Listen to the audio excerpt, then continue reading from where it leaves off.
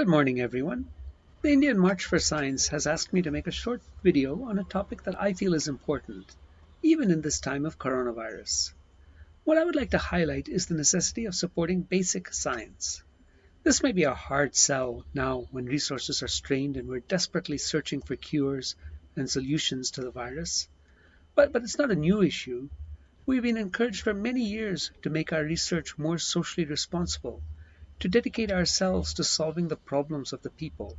And of course, this is a noble goal. We should all work to solve the problems of the people. But that's not the way science works. The goal of scientists is to extend the frontiers of our knowledge, to understand the world and the universe we live in.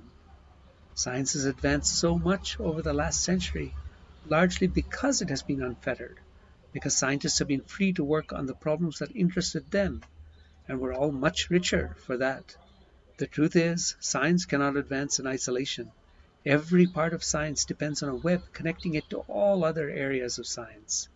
For instance, astronomy has been one of the primary drivers of innovation in fields from cameras. The cameras in your digital phones that trace back to the CCDs used in early astronomy, to the tools of modern industry, the artificial intelligence, the data mining. This all comes from basic science. In fact, if you go to a hospital, the tools of modern medicine, for instance, MRIs, have come from basic research, from fundamental research in nuclear physics, fundamental research in other areas of science. Now, there'll be pressure to reduce the amount of funding from education and research. Now that funds are stressed, now that we're all struggling for money, but that's counterproductive.